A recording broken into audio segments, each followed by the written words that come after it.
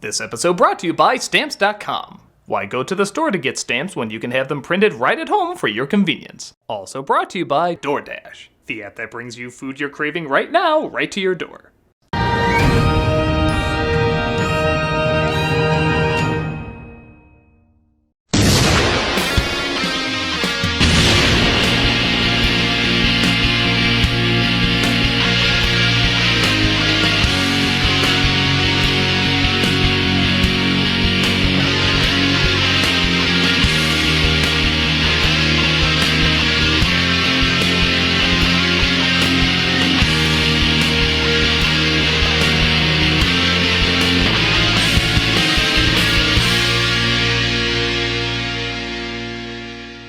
Hello, I'm the Nostalgia Critic. I remember it so you don't have to. I've made no secret that one of my favorite stories of all time is A Christmas Carol. But weirdly, there's not a definitive film version. Everybody has one they like the most, but there's no Judy Garland, Wizard of Oz, or Bela Lugosi, Dracula. That one gold standard that everybody thinks about when you mention it. But make no mistake, everybody has tried. Many of us feel like we can recite these lines in our sleep, we've heard them so many times. For me, the story is so good, I can watch a bad adaptation and still get something out of it. I think the idea is that clever and powerful. And one that sadly gets shit on quite a bit, even if it is a little justifiable, is Robert Zemeckis'.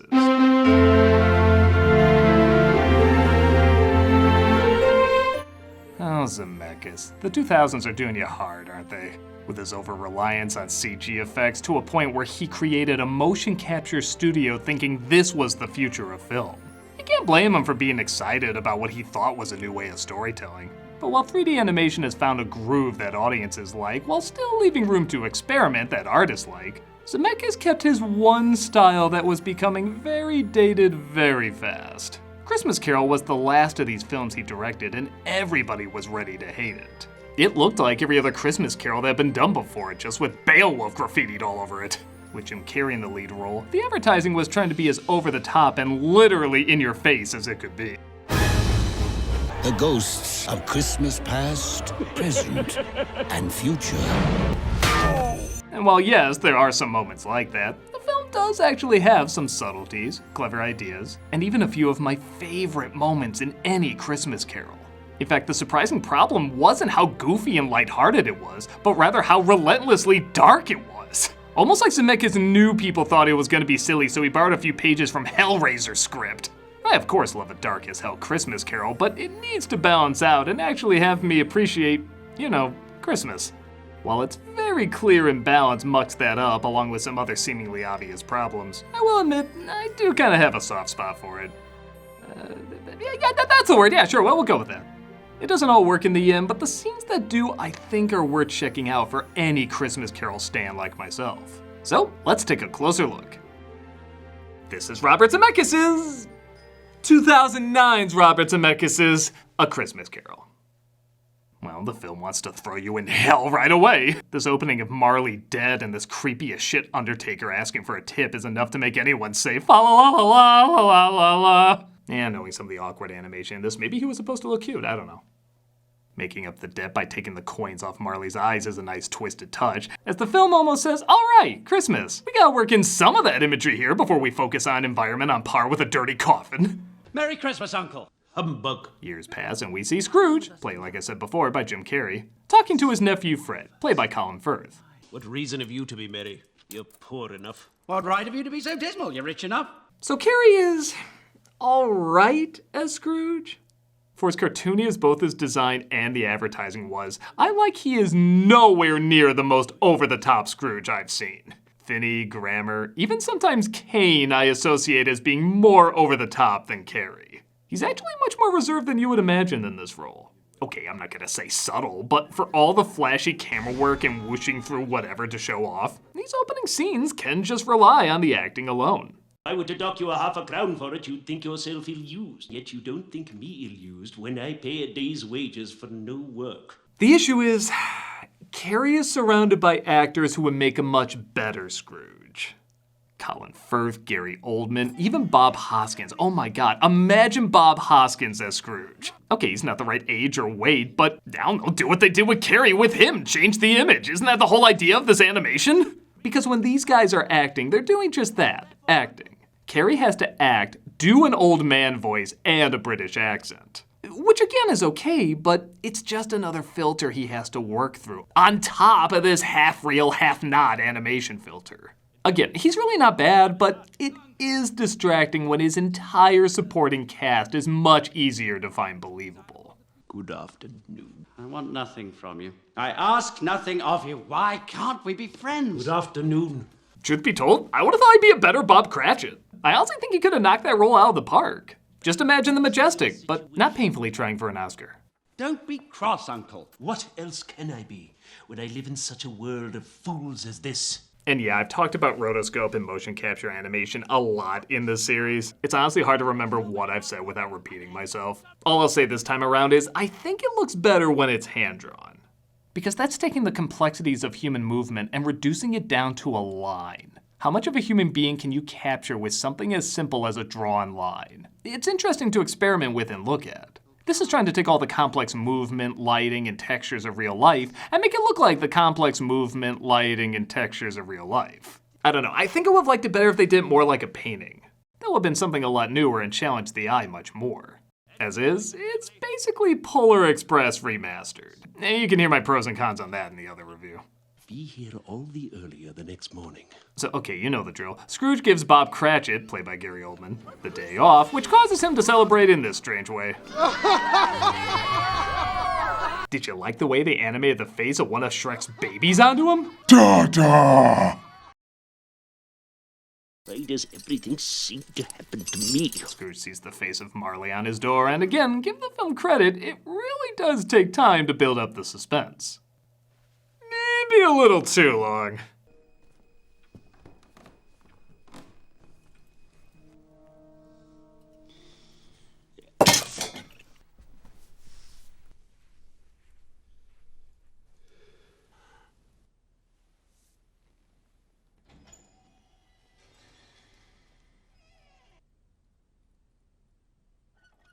Must go faster. Yeah, maybe if this wasn't the most popular thing ever written, I'd be more on the edge of my seat, but I think most people know what's coming.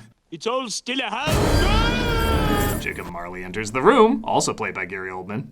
And yeah, I'll just say it, I really don't think this scene works. I don't feel a connection between him and Scrooge like they were old business partners. He's not really scary because of scenes of him spitting and whatever the hell this is. Mankind! What's my business? He just took one of the film's most famous lines and turned it into a silly side joke. And the laughs just keep on coming. The definitive version, everybody. My business. Jesus, Goofy had more class. What do you want with me? The only thing I was kinda digging was he didn't look at him at first, which gave an otherworldly feel that was kinda creative and welcomingly uncomfortable. But then he looks right at him the rest of the time, so I guess that's ruined. Can you see him or not? Cary gets a cute laugh here and there. You will be haunted by three spirits. I'd rather not. And they legit make these other ghosts outside pretty unsettling. And legit gotta jump out at me in the theater. But we get back to our Uncanny Valley Museum pretty fast when Cary plays the ghost of Christmas Past. A solitary child, neglected by his friends. Okay, good things first. This design is unique. Literally making him a candle is crazy clever. Cary playing all the ghosts, I also think is really smart. They reflect different time periods of Scrooge, so making them look like Scrooge does actually match up. Why other actors play other roles, I have no clue, but I thought this was a good choice. The execution, though? Good God! Would you so soon put out with your worldly hands the light Of hell! He sounds like asthmatic Lucky Charms, looks like Hades let his hair grow too long, and does a dance. I have no idea why, they just take time to show he can do a little dance. Turn to the left, turn to the right, 4 clicks this time. Bear but a touch of my hand there. If you get an erection that lasts more than 4 hours, you're welcome. Takes him back to when he was a little boy, and yes, when this movie wants to look beautiful, it can be exactly that. Just ignore American Psycho as the flame from Animaniacs. That's quite pretty. Let's go on. One of the best moments in A Christmas Carol for me. I love him alone in this classroom singing.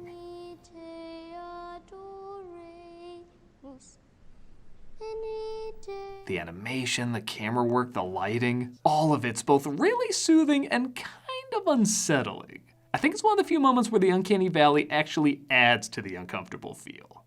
I also gotta say, even though I'd love to see him as Scrooge, Hoskins practically seems born to play Fezziwig.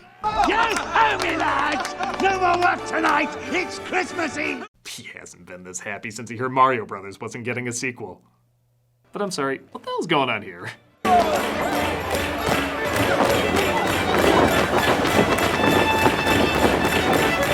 Were they like, well, Mr. Toad played him in the other Disney version, so let's have him hop around like a frog freshly castrated. What are the rules of this world?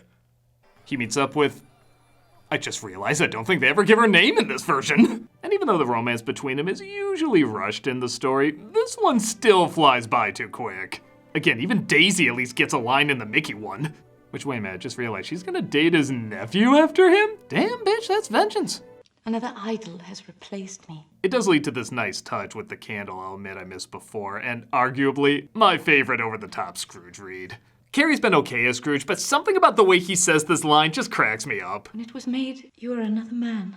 I was a Boy! I was a boy! Maybe in rehearsals that sounded chilling, but in the film, it sounds like Count Olaf showing off for his acting troupe. I was a Boy! Imagine my surprise! Scrooge sees all of the faces of his past in the ghost, which I think works better written than visually. And he tries putting him out with his cap, but gets launched into the air. A little silly, but again, compared to the advertising where he shouts, "Humbug!"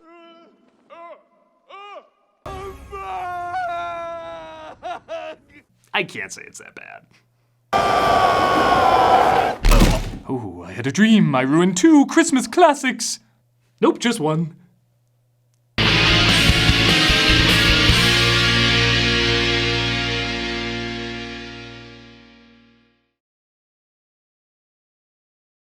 Happy holidays to you all. Oh, no stress. Stress, it's ruining everything. It's a butt. But you can kill stress this holiday. Give it a little bit of death with stamps. Because right about now, seasonal excitement or dread is really starting to settle in, especially for small businesses. Santa's a small business, he totally uses stamps.com. You call me a liar, you're a liar. Slaying through traffic to the post office, inbox more like a blizzard than a winter wonderland, rushing to send cards and gifts to your local clients, my dear fellow or lady version of fellow. It's not too late to get your holiday mailing shipping under control with stamps.com. Sign up now and you'll be printing your own postage in minutes. Stamps.com is your one-stop shop for all shipping and mailing needs. Sit down if you're not already. This is the relaxing part. For more than 20 years, Stamps.com has been indispensable for over 1 million businesses. Get access to the USPS and UPS services you need to run your business right from your computer. No lines, no traffic, no hassle. Hear that nice music? Everything's gonna be okay. Stamps.com says so. They love you. Even save money with major discounts on USPS and UPS shipping rates, up to 86% off. Boy-de howdy howdy, there's a stress-free solution for every small business. Use Stamps.com to print postage wherever you do business. All you need is a computer and printer.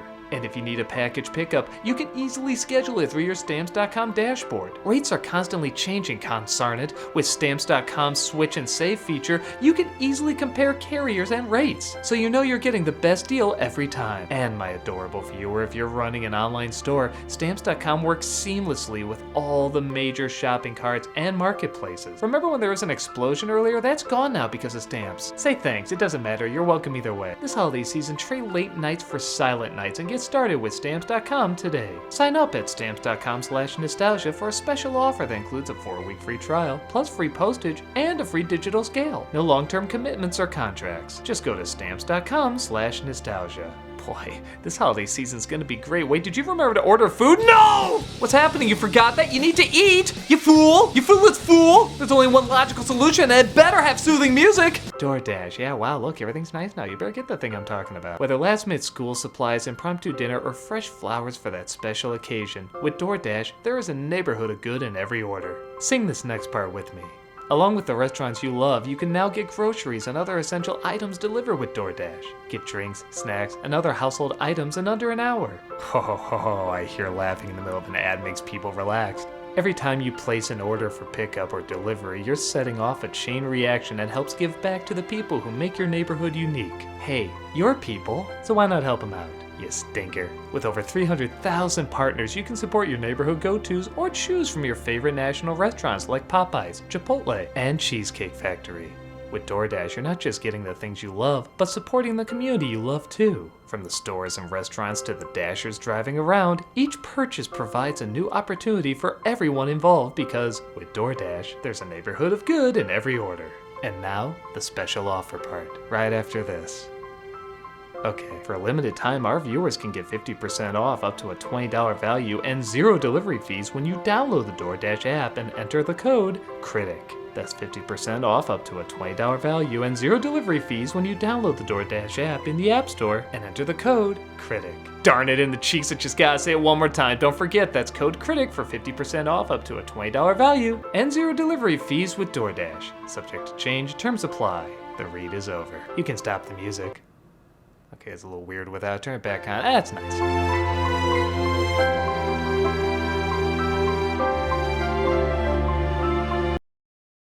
Watch Doug play Ratchet & Clank 2016 every Friday on Twitch. We also have content 6 days a week. Hope to see you there.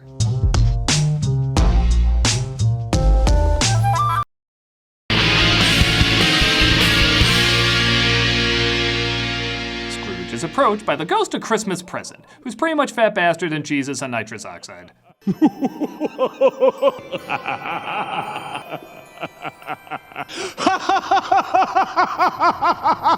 I didn't think I could be out-weirded by Lumiere's equivalent of Freddy Krueger, but this half-baked and living color character sure is coming close. Oh. Can I go now? Okay, yes, his acting is really awkward here, but there are some legit great moments. Firstly, the way they travel is extremely unique. They stay in the house and it appears to fly while they look down through the floor. That doesn't sound like that would work, but the camera movement, the animation, and even the music really make it a one-of-a-kind experience.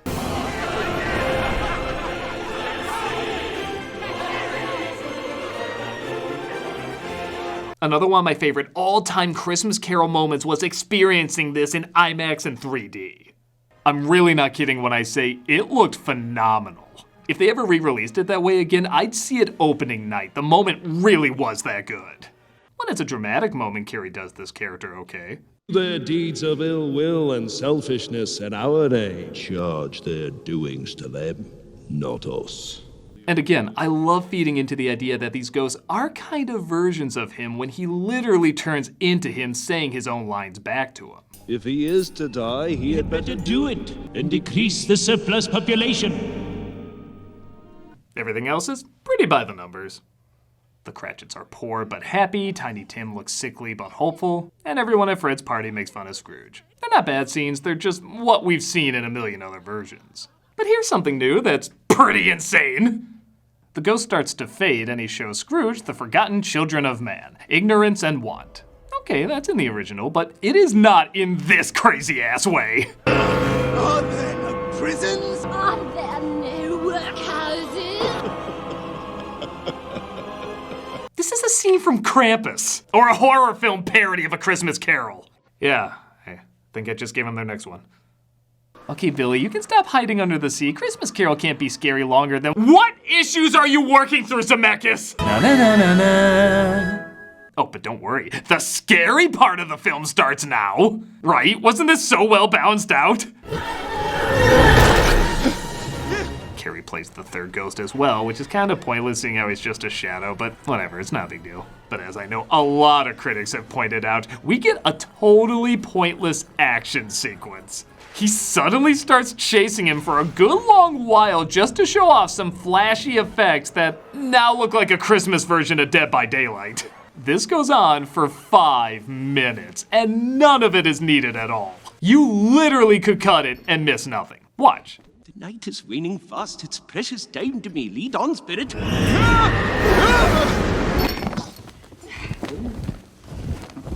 Would you even know they left out the essential moment of Scrooge as the ant bully? Christmas pudding, no doubt. What was the point of that?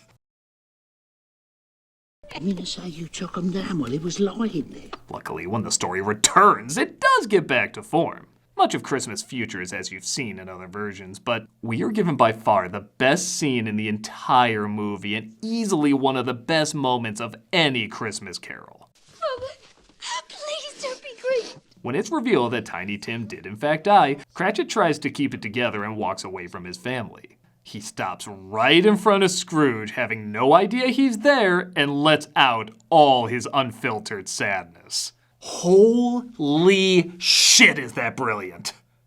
Scrooge has nowhere to turn. He has to look at this raw emotion straight in his eyes. And because Bob has no idea he's there, he's letting out his deepest sorrow for what he thinks is no one to see. Standing ovation, a million chef's kisses, this scene alone justifies this film's existence. The following again is pretty standard. He sees his grave, vows to change, and big scary music plays. I will honor Christmas in my heart and try to keep it on the air. The one thing they do that's kind of fun is the shadow gets more and more three-dimensional as his time nears its end. Like the future is becoming more and more real the longer he keeps things the way they are. Again, there are some clever ideas in this. Merry Christmas! Scrooge is returned home, though, and discovers it's Christmas Day. Again, it's all pretty standard, except for the maid thinking he's gone mad. That legit got a good laugh out of me. Next year we must have this dinner at my house. I insist. And once more, it'd be so easy for Cary to go too big here, but he gives the proper amount needed. I buy it. And Scrooge was better than his word. He did all that he said he would. Wait, weren't we reading a book? Was Bob Cratchit Charles Dickens the whole time? What are the rules? As good a man as the good old city ever knew. I do love that his movement from right to left slowly wipes to the future where we see Scrooge with Tim saying the final line. It's a tiny touch, but I love little moments like that. God bless us, everyone. And even though I can't say the big picture works, the little moments do go a long way. This Christmas Carol is sloppily ambitious. Of course the story is dark, but it focuses way too much on that, giving us little time to appreciate the joyful moments in Lust for Life. Which is ultimately the story's goal. It's not like a grown-up parody like Scrooged or something. It clearly wants to be the best one without understanding what just makes a good one good. But yes, some of the ideas and executions do really work and are incredibly clever and emotional. I'd be lying though if I didn't say the majority of the time I wasn't thinking of other versions that handled a lot of these scenes much better. So yeah, it is a little hard to give a final word on it. If you're sick of the story and seeing it everywhere, I don't think this is gonna win you over. But if you're a die-hard fan like I am, I think you'll appreciate the moments that really do land in it. And, at the very least, be fascinated by the ones that don't.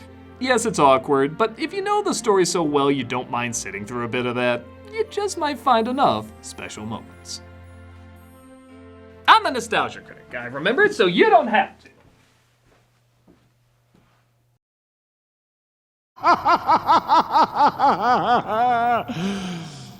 Oh.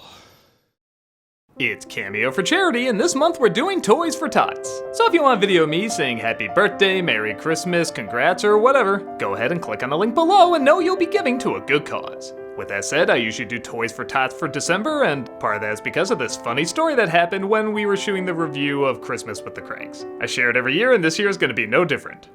Hey everybody, Doug Walker here doing the charity shoutout, and I have a funny story for you.